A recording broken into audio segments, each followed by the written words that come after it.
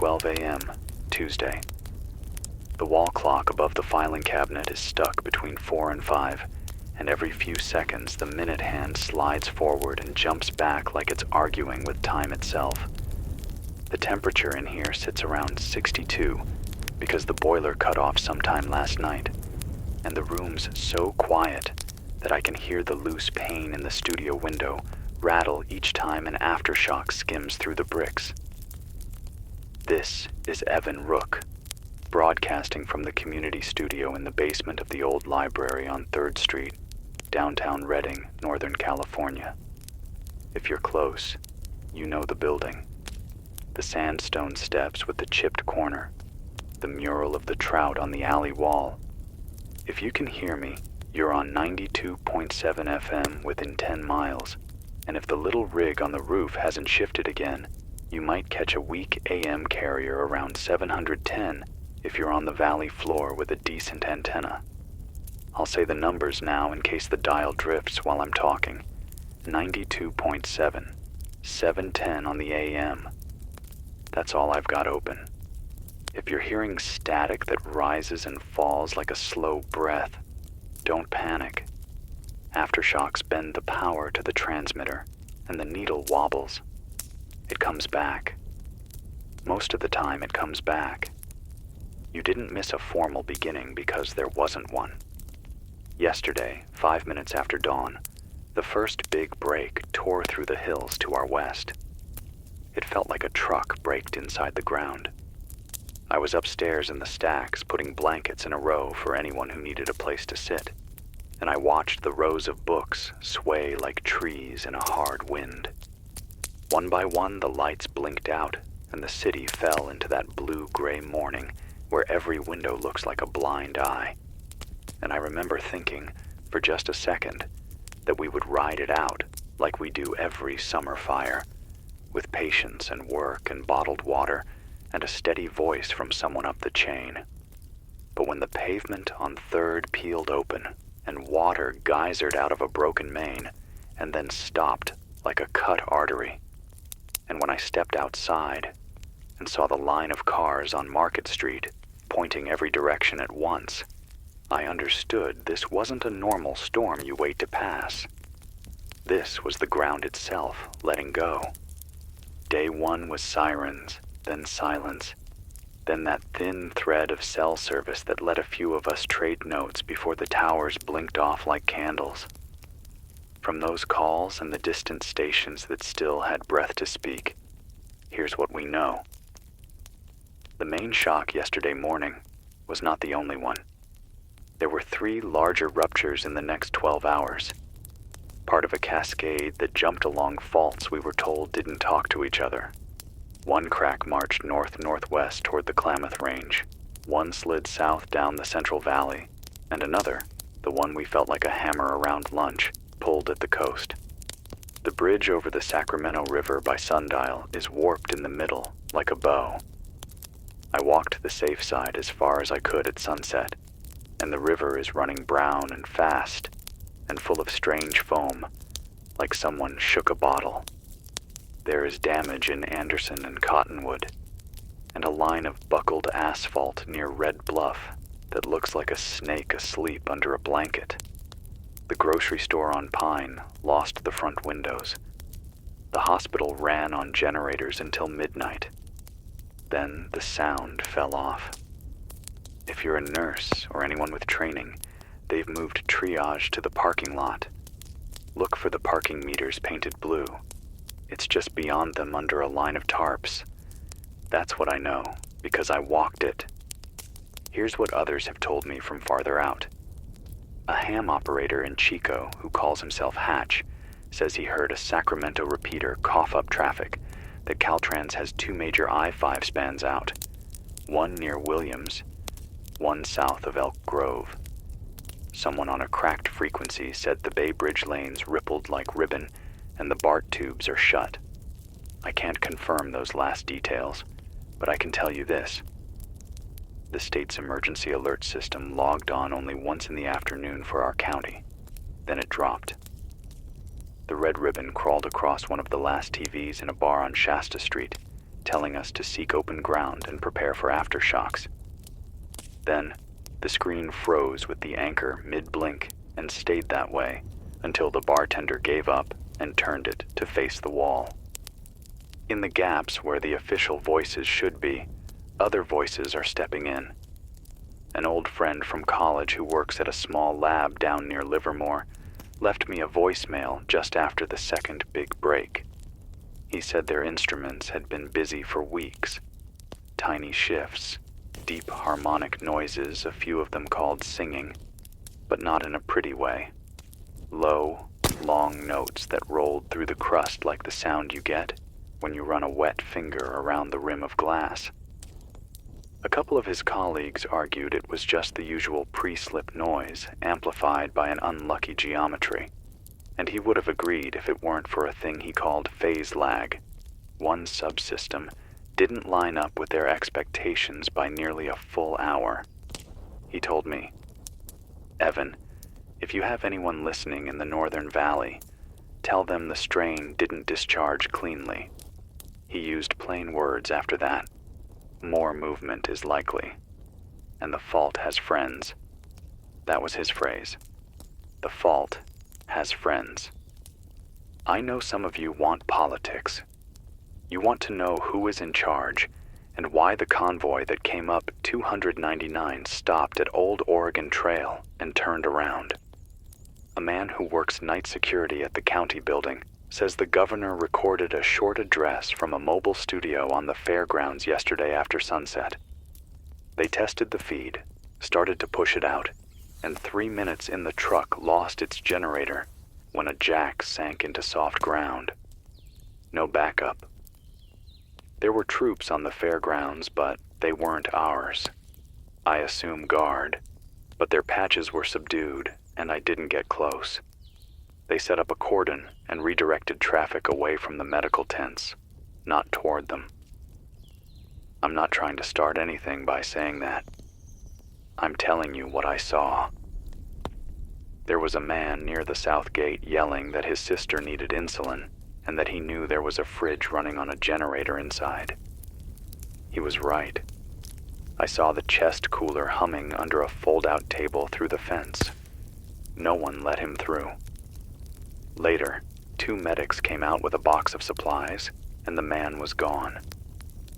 The grocery lines went from long to messy by noon when the credit card machines died, and the manager of the Pine Street Market switched to cash only. People pulled out crumpled 10s and 1s they'd tucked in glove compartments for tolls. A woman tried to pay in quarters, and the clerk took it, but a man behind her said the coins were dirty, that they carried sickness, that he heard it on a radio coming out of a truck window. The clerk looked at me because I was already trying to get this station on air, and I told him coins don't carry earthquakes. That got a laugh from no one. Half an hour later, someone shouted that a wall was going to come down, and the crowd folded around itself like fabric and moved somewhere else. I'm not a disaster expert. I taught high school English until last spring, and did a weekly vinyl show on Sundays. But if you're listening, you don't need a specialist to tell you the rules that keep a city running are breaking in small ways that add up. The gas stations that still have fuel are only using 1 pump each because they don't trust the underground tanks, and every time the ground flutters, the cashier lifts a hand to the emergency stop. The ATM in the lobby of the bank flashes a green line and eats cards. People have parked their cars under overpasses in the shade and are sleeping with their feet up on the dashboard with the doors cracked for air. That's a thing I've never seen here, and I think it means we're past the first stage where everyone waits to see how bad it is. We're inside it now. Take this next part as rumor with teeth marks in it. Before the cell towers blinked, a fire crew I trust said a black convoy ran north at high speed on I-5 around 11 a.m., out of Sacramento. Dark SUVs and 2 trucks with tall boxes. It blew past a wreck near Orland and didn't stop, which is odd because a lot of official vehicles were stopping that early to clear lanes. Someone with a traffic cam feed at Public Works, before their monitors went dead, said the convoy split near Red Bluff, and half of it took 36 toward the coast. If you're in that direction and saw anything that matches, call me on the landline if you can. 5550142, extension 9. Sometimes it rings through. Other times the bell on the phone jiggles once like it changed its mind.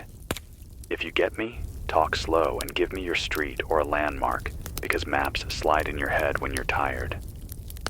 Now I'm going to tell you about the first call I got that didn't feel like news, and did feel like the shape of what comes next. Around midnight, the power dipped, came back, and dipped again. In the second dip, the phone rang. It was an older man named Tony calling from a mechanic's yard off Lake Boulevard. He said he'd been listening to his truck radio, and my voice kept slipping up and down the dial like a fish trying to choose a current. And he asked if I was actually on the air or if he was dreaming. I told him this was real as I could make it. He said he'd been sitting on a milk crate next to a stripped Civic, and that the ground under the crate wouldn't stop shivering. Not big shakes, just a shiver, like when you're sick and can't get warm. He said the street lights in the distance blinked in a pattern. 1, 2, pause, 3, and then for a few seconds they all glowed at half strength like someone turned the city down.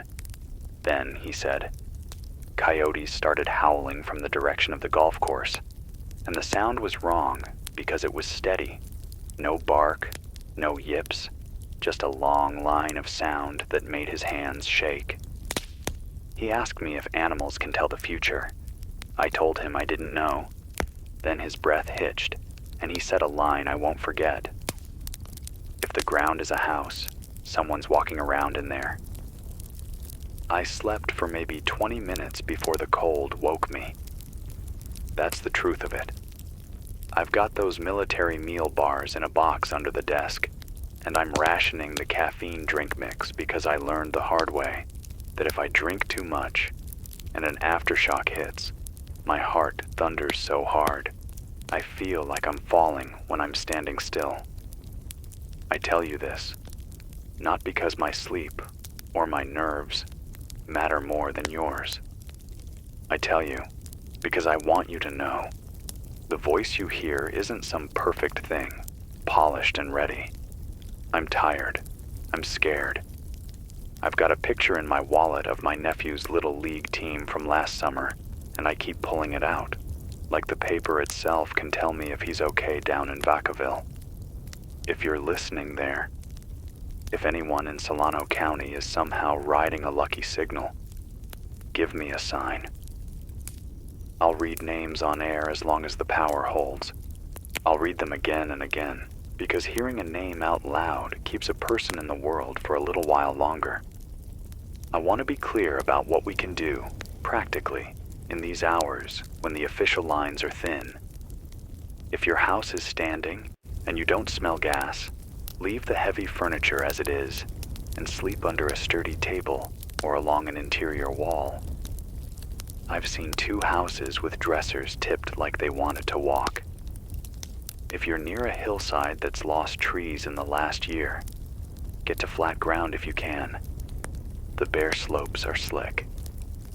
If you need water, the sports fields by Caldwell Park had a small city truck filling bins late yesterday. I think they were pulling from a reservoir upstream that still has pressure. Bring a container and bring patience. If you have to drive, and I know sometimes you do, treat every intersection like the lights are lying to you. A stoplight means stop even if it's blank. And this is personal, but I'll say it. If you find a place selling fuel and the line stretches into the street and someone cuts in from the side, don't let it become a fight that drains the last good part of you. I watched that happen on a corner near the old movie theater. 2 men yelling, then shoulders. Then someone fell on their wrist and cried out. 10 minutes later, they were both gone, and the line was exactly as long as before, but now the air around it felt poisoned in a way you can't fix. You'll ask about the media. You are the media now, in the old sense of the word. People carrying a message. Yesterday morning I could hear 3 Fresno stations, a Modesto sports show in a loop, and a scrape of talk from Eureka when the sky was clear of heat. By afternoon, it was just one AM newscast out of Chico, reading the same bulletin on repeat until the announcer's voice wore grooves in my head. By evening, I was the only steady voice I could raise without walking 3 blocks with a wire in my hand to move the antenna away from a rebar column that started humming. If you can hear a station I can't, write it down and bring it by, or leave a note on the corkboard on the library door with the call sign and what they're saying.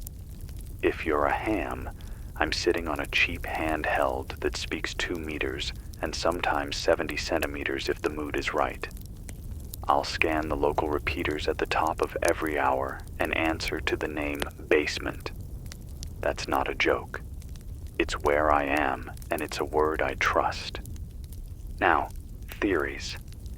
Because the human mind hates a big empty and tries to fill it, and sometimes it fills it with a shape that turns out to be right. The lab friend I told you about mentioned stress transfer like a row of dominoes, but his voice kept catching on the part where some of those dominoes shouldn't be in the same row. Another call, this one from a retired surveyor in Weed, said the borehole gauges up near the pass measured uplift that didn't match the quake's known edges, like a curtain being pulled where there wasn't a window. He thinks there's a linked fault up there we haven't mapped right because we didn't want to see it. On the darker end, a man who would not give his name, but who used exact phrases like continuity of government, said that certain dams were being quietly lowered last week, not because of weather, but because of readings that suggested oscillations in the foundations. If that's true, someone knew we were on a knife and tried to buy time.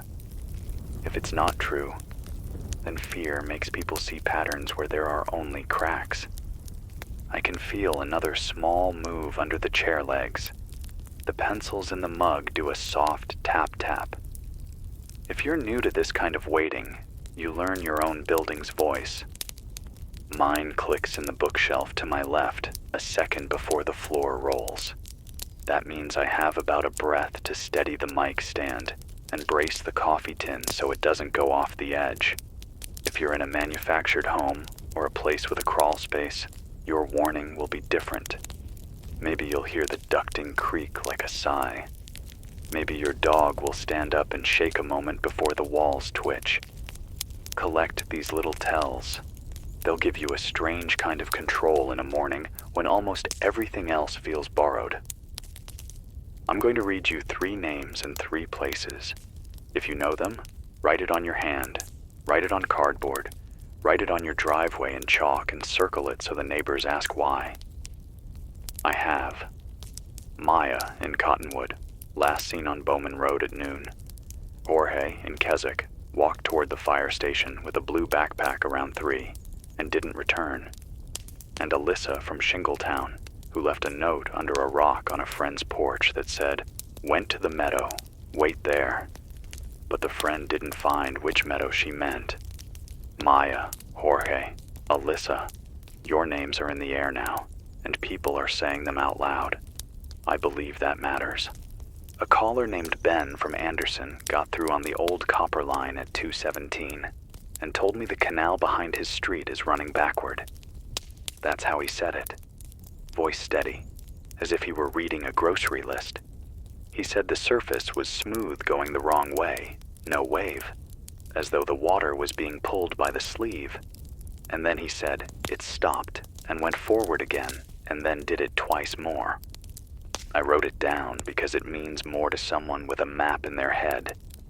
To me, it means the ground isn't only moving up and down. It's breathing sideways. To the volunteers who dragged the generator from the theater to the library last night and started this little island of sound, I saw your faces in the light of one working headlamp And I didn't say thank you because I thought we had more time and words would be expensive later. I'm saying it now. You lifted something heavy so someone else could hear a human voice in the dark. And that's the kind of transaction that still works when money doesn't. If you're listening while you try to sleep on the floor of the children's reading room, I can hear you breathing through the vent. You are not alone in this building. If you're in a place that feels safe enough to think past sunrise, here are 3 small tasks that tilt the day in your favor. 1. Put on shoes before you walk anywhere. I know that sounds like the most obvious thing in the world, but the sidewalks are a mosaic of glass, and people keep stepping out in socks. 2. Fill a pot or a tub with water, even if you think your faucet is steady now. Pressure drops without warning when the crews up the chain divert flow to a fire or a broken main, and you don't want to be the one with an empty sink when the next shake hits and the mains burp air. 3. Write down a rendezvous point for the people you love and tape it to the inside of your front door. I've heard the same story from 3 different blocks. We went to look for them. They went to look for us. We both missed. I hear you asking, in the back of your mind, if not with your mouth, how long? How long until a voice with a seal on it tells us the plan? How long until the water runs clear? How long until the ground makes a new promise and keeps it? I don't know. No one honest knows. But I can tell you that if the pattern holds, we'll get a stretch of quiet and we'll hope it's over, and then a heavy one will come like a late train. That is not a prophecy. It's the curve of the last 24 hours. Plan your moves in little windows. Make a list you can finish in 10 minutes. Put your medicines in a bag. Write a note for the person you can't reach that says, I tried. I'll try again. I am okay. And put it where they'll find it if they come. Before the top of the hour, I want to read a message from a man who stopped by the loading dock and slid a folded page under the door with my name on it in thick black marker. The handwriting is careful, like he was trying not to shake. He wrote that his wife, Claire, is at the triage near the hospital, and that they need blankets more than food right now, because people are coming in cold and wet from standing in lines that go nowhere, and shivering burns energy they can't spare. He asked anyone near a linen closet, a church, a gym locker room, to bring what they can. He wrote that he doesn't know if their house is standing, because he hasn't had the heart to go look. He wrote that he wants to hear his own name out loud to prove he still exists. So, Daniel, your name is on the air. You exist. You're not the only one who needs to hear that. I will keep talking as long as the generator runs and the little antenna on the roof keeps its balance. I'll trade news for names, names for small instructions, instructions for borrowed hope. I will repeat the frequencies because repetition is the rope we hold. 92.7 FM for the close-in crowd, around 7:10 a.m. if your dial is old and sensitive. If the FM gets thin, turn the knob a little to the left and then the right, and listen for my voice cutting through like a road you didn't see at first. If you are out past Shasta Dam and you can hear a whisper of me in the space between stations, that is not your mind playing tricks. That is the way radio crawls along the ground when the air is still and the world is listening by choice or by force. I'm going to take a sip of water and write 3 lines I need for the next hour. If you've got a pencil, write with me. Who you are, where you are, who needs what. Keep it simple. Later, we'll tell stories. For now, we trade facts like batteries. I'll be here at the bottom of the hour with updates from the east side and, if the line cooperates, a call with a woman in Corning who says she can see a new crack open and close across her pasture like a mouth. If she gets through, We'll all hear it at once. Until then, hold steady when the bookshelf clicks. Count to 5. Breathe. If you can, let the cat hide under the bed without trying to drag it out. It knows where to be better than we do. This is Evan Rook in the library basement on 3rd, City of Reading, calling out into the dark for anyone who needs a voice to lean on, anyone who needs a name spoken, anyone who needs a list to keep their hands busy. You are not imagining the way the world has changed. You are not weak because your knees shake. You are here, and I am here, and the earth is still moving under us and will keep moving whether we speak or not. Let's speak anyway. 4:43 a.m. now. I'm still in the library basement, still on 92.7 FM, maybe reaching you on 7:10 a.m. if the air is clear. My name is Evan Rook, and I'm still talking because the walls haven't closed in and the generator hasn't coughed out. The last half hour gave me more than I can carry, so I'll spill it in order. At 4:22, the copper landline rang once, stopped, then rang again, and when I picked up, it was a woman in Corning. Her name is Meredith. She sounded steady, like someone who'd been through fires before and knew what calm buys you. She said her pasture behind the house opened, not a sinkhole, not a trench, just a split maybe 10 feet across that moved like a mouth, opening and closing, slow and patient. She said she saw fence posts dip and rise like corks in water.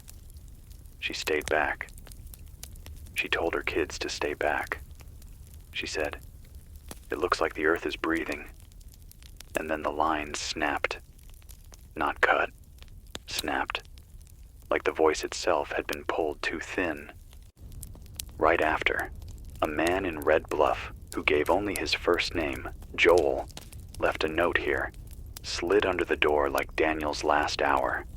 Joel's paper was damp, probably rainwater or busted pipe water, but the words were plain. Tell people to watch the rivers. The Sacramento is not right. That's all. 3 sentences. And I believe him, because I saw it yesterday from the bridge. I keep going back to that phrase from my friend at the lab. The fault has friends. The way Meredith described her pasture, the way Joel described the river, it doesn't feel like one crack we can mark on a map and walk around. It feels like the crust is rolling dice, and every number comes up wrong. The official voices, if they're still out there, are not reaching us here. No EAS tone since yesterday morning.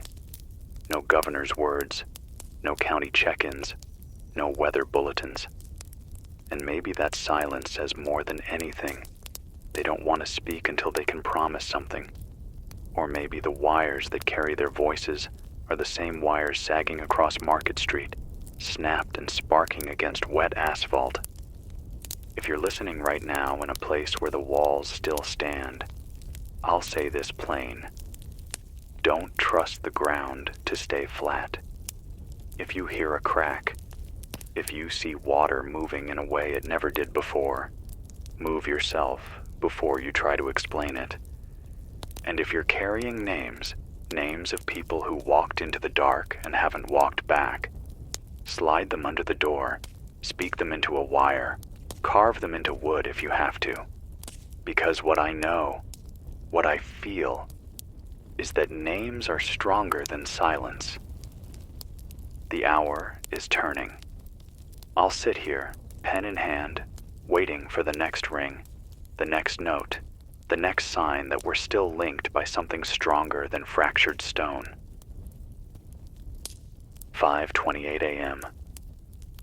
The minute hand on the broken clock hasn't moved, but I know the hour changed because the generator groaned and the birds outside went quiet at the same time. The kind of quiet that isn't rest, but warning. If you're catching me, this is still Evan Rook From the basement of the old library on 3rd Street here in Reading, voice stretched across 92.7 FM and clinging weakly to 7:10 a.m. for anyone farther down the valley. If you're new to this signal, don't expect polish. This isn't polished. This is just one man trying to keep a rope across the dark. Since the last break, the city's been shifting in ways that don't make sense if you only watch the pavement. I stood outside for 10 minutes, and the smell in the air was different. Not smoke, not gas. More like dirt turned up from a plow, only sharper. Like it came from deeper than anything roots ever touch. The ground gives off its own breath when it's torn. You learn that when you've stood through enough aftershocks. Every time the floor jumped, the smell would thicken and then fade when it stopped. And above me, the sky was wrong. Not the color, the way the clouds moved. They didn't drift the way they should. They tugged east, then west, then east again, as though the air didn't know which way was home. I've got scraps of reports, half-heard transmissions, and the fragments of survivor voices that landed here in the last hour. One came on the handheld radio I scan every 30 minutes. A man calling himself Hatch, the same Chico operator who checked in yesterday, said his scanner picked up National Guard traffic bouncing between towers outside Sacramento. He didn't catch the whole conversation, but he swears he heard them mention liquefaction zone. That's not a phrase you toss around unless things are bad. It means the ground itself is turning to liquid under the weight of buildings. I think about the hospitals, the schools, the high-rises in the middle of the state.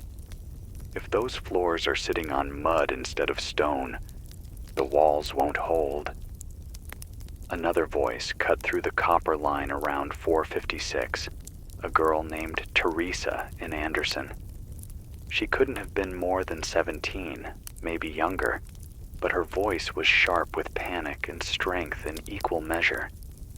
She said her street caved on one end, the kind of cave that swallows a car. She saw the tail lights of a pickup sink down and vanish like someone had pulled it by a hook. She tried to get close, but the earth buckled again and she had to crawl back. I asked if she was safe, and she said, "I don't know if safe is a word anymore." Then the line died. And that's the truth of it, isn't it? Safe doesn't mean what it did 2 days ago. Safe used to mean locked doors, alarms, insurance. Safe meant a siren in the distance and firefighters showing up within minutes.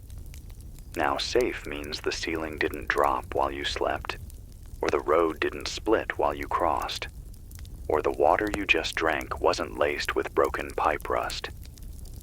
Safe is smaller now, sharper, and it changes every time the ground heaves. A man named Lester came to the library door just after 5. He's one of the few old-timers left on the block, tough as they come, retired from the sawmill. He handed me a folded page from his notebook with dirt on the edges. He wrote, "Tell them not to go near the river trail." A section of it lifted like a ramp. A boy on a bike went down and didn't come back up. His friend screamed but couldn't see where he went. The ground closed in behind him. He wrote that line twice.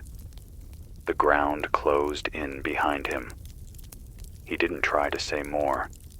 He just shoved the paper in my hand and walked off with his shoulders bent like he was carrying something heavier than a pack. I don't know how much of what I'm saying feels real to you if you're still hearing it through static. But I can tell you it's real here. It's real in every crack in the pavement, every voice that cuts in for a moment and vanishes. Every note slipped under this door in the night. It's real in the way people stop asking for news of the world and start asking only for the names of their street, their family, their dog. The circle shrinks when the world shakes. The silence from the official channels grows louder each hour. The last emergency alert was yesterday morning. No county sheriff's voice, no state update, no federal broadcast. Some people whisper it's because the lines are down. Others whisper it's because the lines are up, but the voices on the other end don't want to admit how bad it is. I don't know which is worse, that they can't reach us, or that they won't. What I do know is what I see, and what I hear, and what people trust me with. And I know the rules that held us up have already cracked. Last night, the grocery store on Pine lost more than windows. They lost the crowd. The people waiting in line turned from buyers into scavengers when the machines wouldn't take cash anymore. I heard one man yell that his money was still good because it said United States of America on it, and another man shout back that the United States doesn't mean anything if the ground itself won't stay still. That argument ended not with fists, but with the quiet breaking of glass as the shelves gave way. When the ground breaks, the paper breaks with it. I'll tell you something I haven't said yet, because I wanted to be sure. Yesterday evening, just after dusk, I heard a low hum rolling under the aftershocks. It wasn't in the building, it was under it. A sound too steady to be natural, almost mechanical, but too broad, too deep. It came through my feet as much as my ears. I wrote it off as my nerves. But then, half an hour ago, Teresa's call from Anderson, the girl who said the road swallowed a truck. She said she heard the same hum right before the asphalt split. I don't know what that means, if it means anything at all. Maybe it's the ground shifting. Maybe it's pipes groaning. Maybe it's something deeper than either. But I think we need to pay attention. I'm not a scientist, not a soldier, not a leader. I'm just a man in a library basement with a microphone and a voice that won't quit yet. But I can tell you this much. The Earth isn't done. It isn't finished with us. And if you're listening, if you're still here, then neither are we. I'll keep reading names, keep sharing voices, keep breathing out into the static. Because that's what's left, names and breath, and the thin wire that connects them. Stay with me. Stay awake. Write the names down. Speak them out loud. We'll hold them in the air until the ground decides what to do with us next. This is still Evan Rook. Still here. Still talking. 6:17 a.m. The light outside is dim, but not the kind of dim you expect before sunrise. It's stained, like the air itself has weight.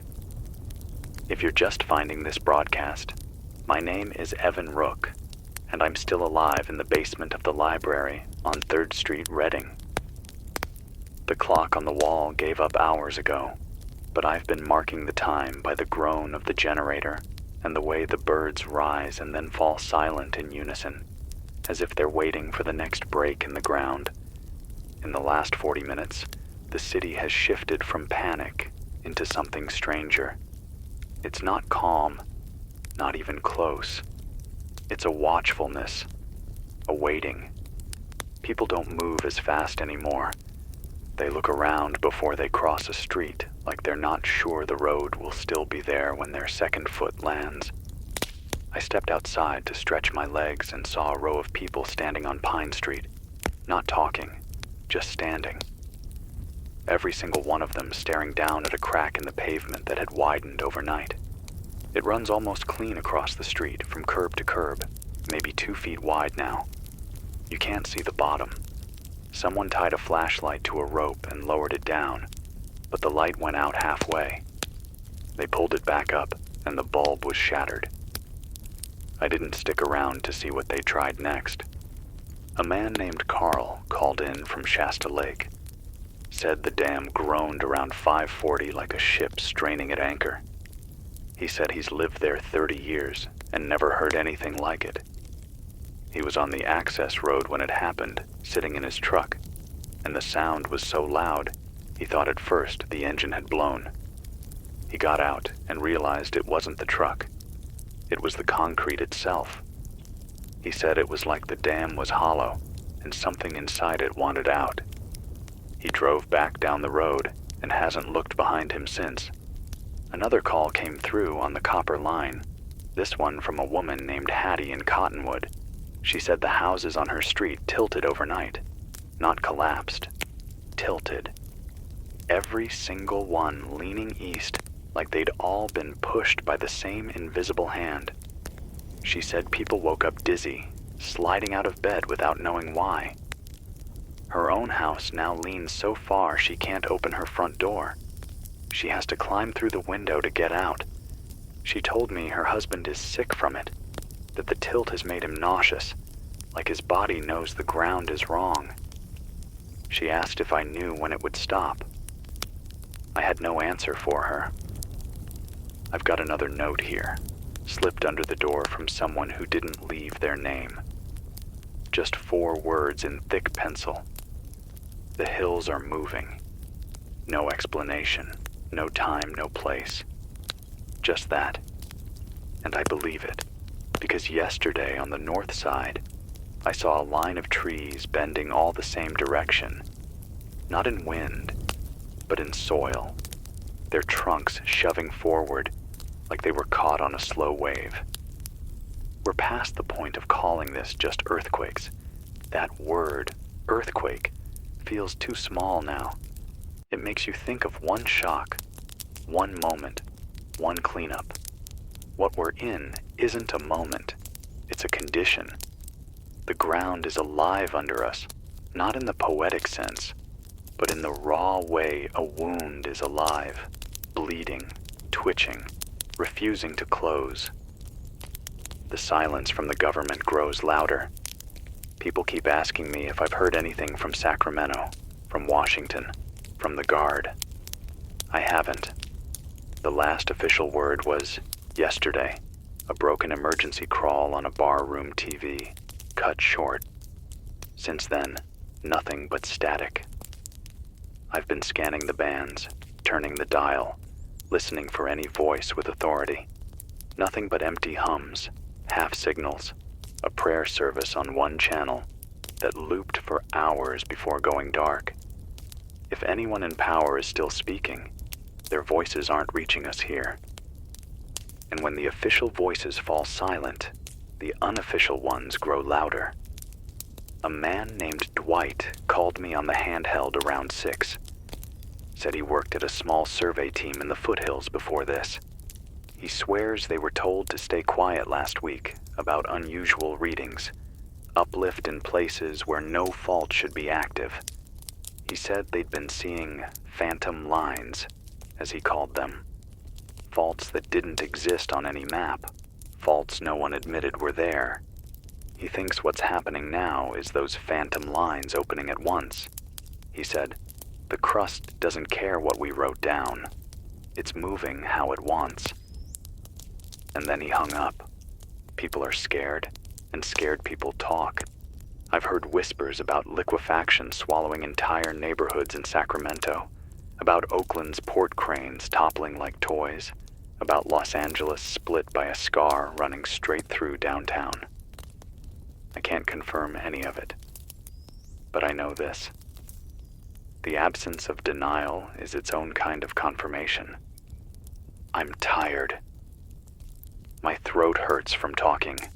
My hands shake sometimes when I write the names you send me. But I'll keep doing it, because I think saying the names out loud is the only way to keep them safe a little longer. So here are the names for this hour. Teresa Anderson, road collapse survivor, 17, holding on. Carl, Shasta Lake, heard the dam strain, alive, moving south. Hattie, Cottonwood, house leaning, husband sick, waiting for relief. If you know them, speak them, write them, repeat them. Don't let the ground take their names with the rest. The floor trembled just now. Small, like a warning knock. My mug slid half an inch across the desk. That means another wave is coming. You can't stop it. You can only brace for it. Stay alive. Stay awake. Count the seconds. If you're listening, I'll still be here. This is Evan Rook, Redding, California, basement of the library on 3rd, holding the line. 7:09 a.m. The street above me is still cracked open. The air still tastes faintly of stone and dust, and the city hasn't caught its breath since yesterday. My name is Evan Rook.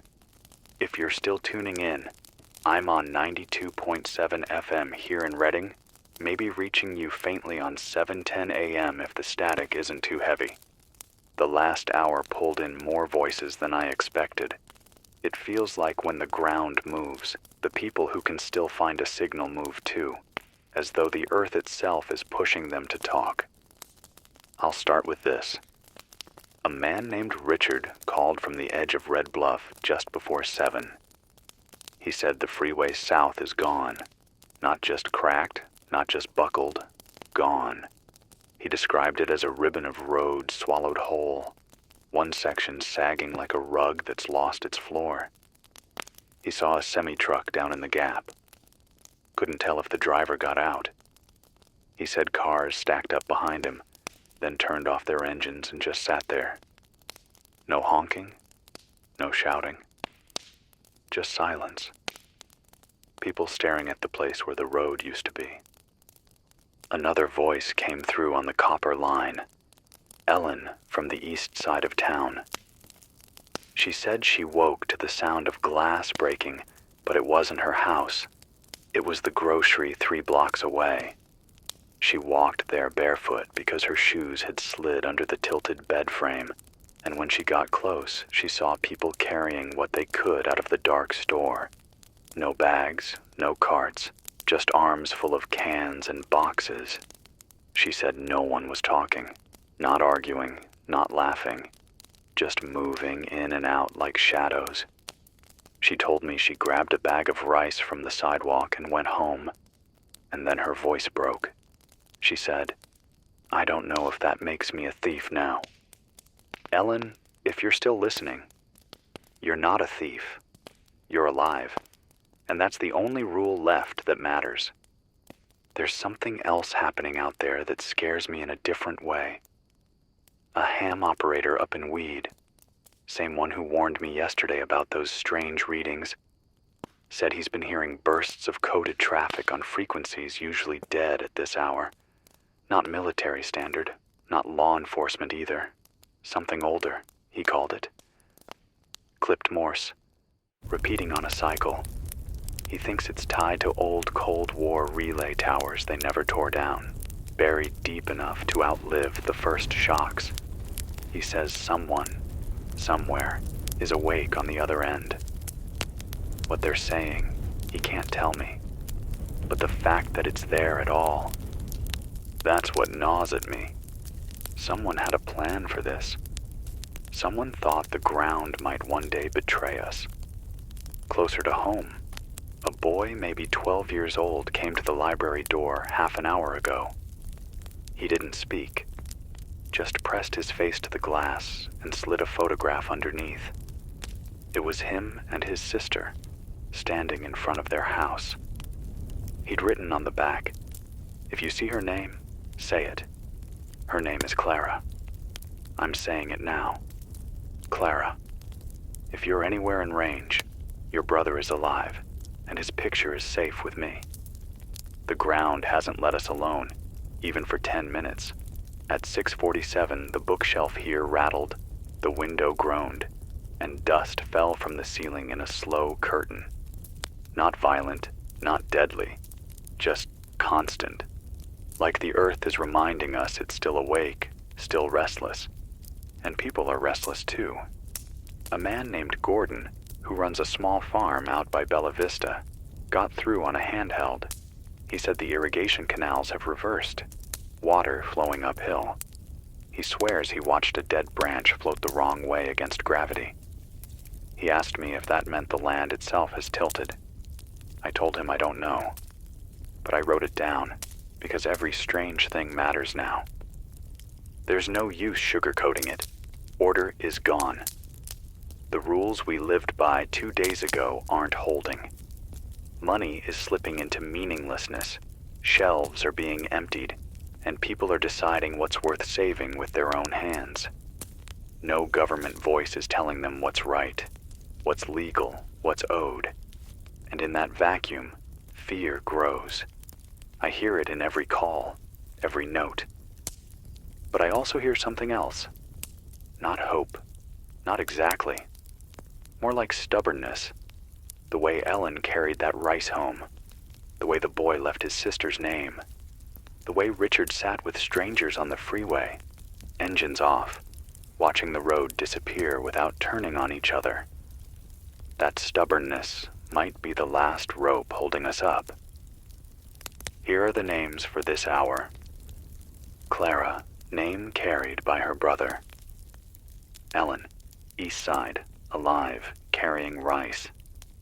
Richard, Red Bluff, still standing by the gap. Gordon, Bella Vista, watching the water flow backward. If you know them, if you love them, say their names. Let them carry through the static. This is Evan Rook, still in the basement, still speaking as long as I can.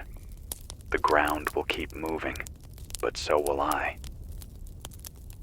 7:56 a.m. The light outside is a weak gray, the kind of light that makes everything look bruised. The sky isn't clean. It's full of dust that catches in your throat, and the birds haven't returned since the last tremor rolled through. My name is Evan Rook, still holding on here in the library basement on 3rd Street, Reading. If your radio's still pulling anything in, this is 92.7 FM, or maybe just a scratchy signal around 7:10 a.m. if the ground isn't eating it. I've been marking every sound now, every little clue. The bookshelf clicks once before the floor shifts, and then the pencils on my desk slide half an inch, and then the concrete mutters like something breathing under it. That's my warning sign. Out in the city, other people have theirs. Some say their dogs bark a second before the shock. Others say the windows hum like a tuning fork. People are learning to read the language of the earth, one crack at a time. A man named Derek called in from Anderson around 7:20. He said the high school gym collapsed on its own roof sometime before dawn. No fire, no blast, just a slow sag, and then a crash that carried for blocks. He says the whole west wall buckled like it had been leaning for years. He and a handful of neighbors pulled 3 teenagers out who'd been sheltering there, but they couldn't reach 2 others trapped under steel beams. He said the kids were alive, calling out, but the aftershocks kept knocking debris down, and they had to step back. He said, "I never thought I'd walk away from a cry for help." His voice broke on that line. Derek, if you're still listening, you did what you could. Don't let the ground take more from you than it already has. At 7:33, I got a call from a woman named Joyce in Shingletown. She said her pasture is covered in a web of cracks, like a spider spun it overnight. Only these cracks gape wide enough to swallow a boot. She said her cows won't go near the water trough anymore. They gather at the far end of the field and won't stop lowing. She said it sounds like mourning. Her husband tried to calm them, but even he wouldn't step closer. She asked me if animals can see something we can't. I told her maybe they can. And there's this. An anonymous caller who wouldn't give me a name, but who claimed to be a lineman for PG&E. He said crews were pulled from certain sites yesterday without explanation. Not because of danger, not because of broken lines, because of something deeper. He said they were ordered to shut down whole grids, even where the power lines were untouched. They don't want electricity running through this soil, he said. They think it's making the ruptures worse. He asked me not to repeat his name, and I won't, but I wrote down his words because they carry weight. The silence from the government has started to feel louder than the quakes. We got used to hearing voices after every storm, every fire, every blackout. Now we have nothing. No instructions, no broadcasts, no leadership. Only rumors and voices carried through static. People are starting to fill that silence themselves. A woman named Lila came to the library door with a chalkboard she'd salvaged from the elementary school. She said, "If no one else is keeping track, I will." She leaned it against the wall outside, and on it she wrote names of the missing. It's covered already, 50 names, maybe more. People walk up, chalk their loved ones' names, then step back like they're waiting for someone to erase them and write found. But no one erases anything. The list only grows. I want to read some of those names now, because paper can burn and chalk can wash away. But a name spoken into the air might last a little longer. Emily from Cypress Street, last seen heading toward the market. Harold from Keswick, car lost on the old road. Lonnie from Cottonwood, 12 years old, missing since last night. Miguel from Market Street, known by the red backpack.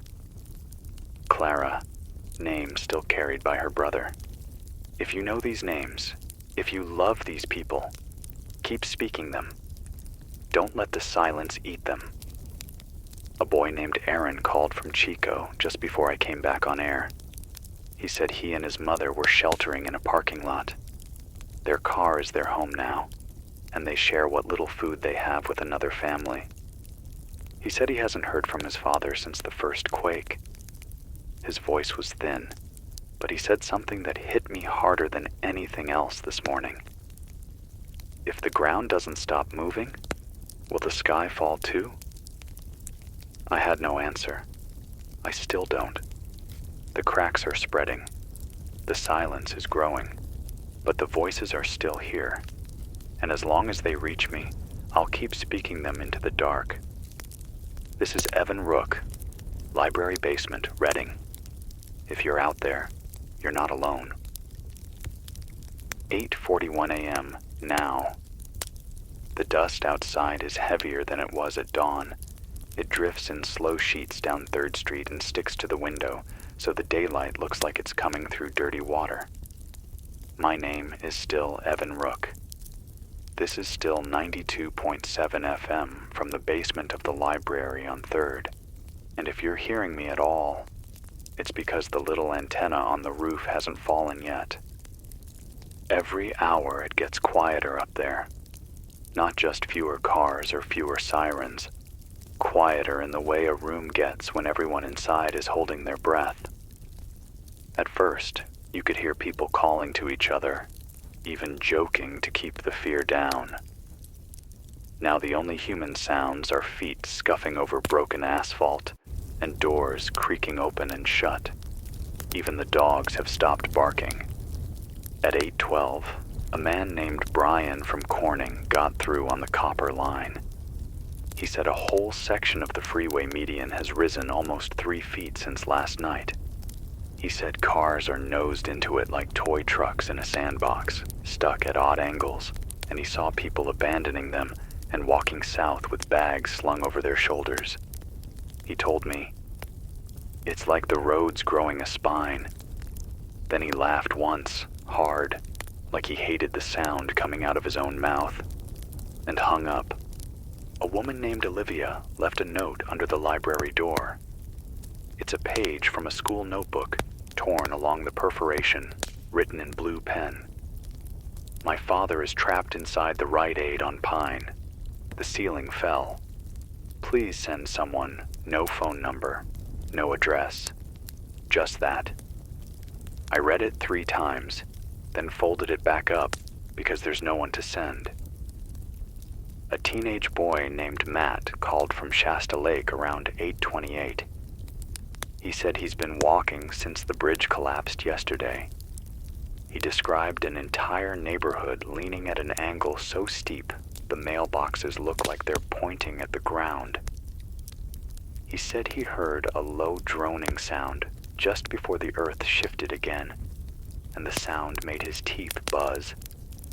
He asked me, "Do you think the earth is humming?" I told him maybe it's warning us. Closer to here, a volunteer named Selena stopped by with a bag of bottled water. She said the grocery store she was in last night had run out of everything but dog food, and people were still taking it because food is food now. She said one woman stood in the aisle crying because she didn't know how to cook it. Selena left me a list of names to read. Kendra from Lake Boulevard, missing since early this morning. Nathan from Shasta Dam Boulevard, last seen walking west. Olivia's father at the Rite Aid on Pine, trapped. If you hear these names, speak them. They're alive in the air if we keep them there. The generator is running low. I can smell the diesel now, faint and sour, and the gauge says a quarter left.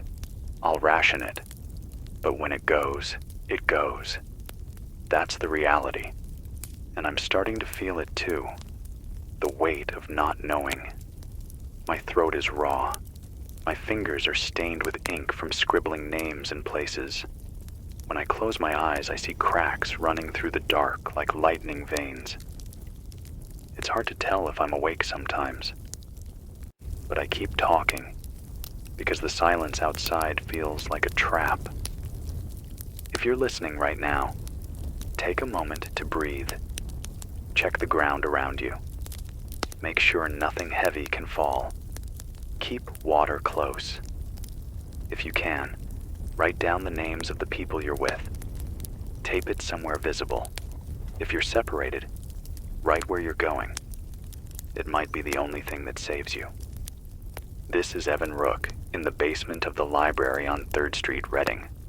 Still on 92.7 FM. Still holding the line. Still speaking names.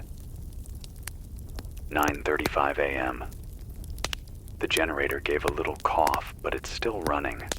The low rumble of it has become like a heartbeat under everything I say. If you're still catching this signal, it's Evan Rook on 92.7 FM from the basement of the old library on 3rd Street, here in Reading. The air outside is gray-brown now. Dust and ash have settled on the steps like frost. Every window above ground has a fine crack in it, as though the glass has been flexing all night and is ready to let go. When I walked up to the top of the stairs a little after 9, I could hear the city breathing. Not traffic, not people, just a soft shudder in the bricks, and the faint hiss of water, where a main has broken and is still bleeding into the gutter. There's a smell too, not gas, not fire, but earth, wet soil and iron, like something has been dug up from very deep below and left out in the open. I've had more calls. The copper line is temperamental, but every time it rings, it's a story. At 9:02, a man named Leon from the outskirts of Reading got through. He said the creek behind his house has drained away overnight. Not dried up, drained. He followed the creek bed for a mile and found a hole where the water is vanishing, a round shaft about 20 feet across, lined with wet stone. He dropped a rock in and never heard it hit. It's like the ground is drinking, he said. He wanted to know if anyone else had seen that. If you have, write it down. Call if you can. Leave a note here. Another voice, a nurse named Amanda at the hospital triage, told me they've moved most patients into the parking lot now because the building itself won't stop creaking. She said the generators there are running out of diesel too. They're running on adrenaline and lantern light, improvising splints out of broom handles. We're not losing people to wounds, she said. We're losing them to waiting, Then the line cut. I wrote her name down. Amanda, triage nurse, holding the line. A man named Jarrell from south of here said the levee by the river cracked like an egg around dawn. He said he could see water bulging against it like a hand pushing a thin curtain. He tried to warn his neighbors, but most had already left. "It's not the quake I'm scared of anymore," he said. "It's the flood that comes after." His voice was steady, but in the background I could hear a dog whining. And then there's this. Someone left a scrap of cardboard at the door. In thick black marker, it said, "They're moving people out of the fairgrounds at night." No signature, no explanation. Just that. I don't know if it's true, but I'm telling you because I promised to tell you what comes through here, and you can decide what to do with it. People are beginning to disappear between one moment and the next. Not in the supernatural way people whisper about on bad nights, but in the plain way a city unravels. Someone goes to look for water and doesn't come back because the road they took isn't there anymore, or because the ground shifted under them, or because they were too tired and someone else took what they had. The gaps fill with silence. You see it in their neighbors' faces when they come to the door with a name written on a scrap of paper. They don't even ask me to find the person anymore. They just say their name so it's still real. Here are the names I have for this hour. Leon, creek drained behind his house. Amanda, triage nurse, parking lot. Gerald, levee cracked at dawn. The unknown patients at the fairgrounds moved at night. Say them. Write them. If you can, tape their names where someone will see them. I'm tired. My throat hurts. My hands shake every time the bookshelf clicks. But I'm still here. You're still there. As long as that's true, we have a thread. This is Evan Rook in the basement of the library on 3rd Reading. 92.7 FM. I'll keep speaking until the diesel runs out or the earth takes the floor out from under me.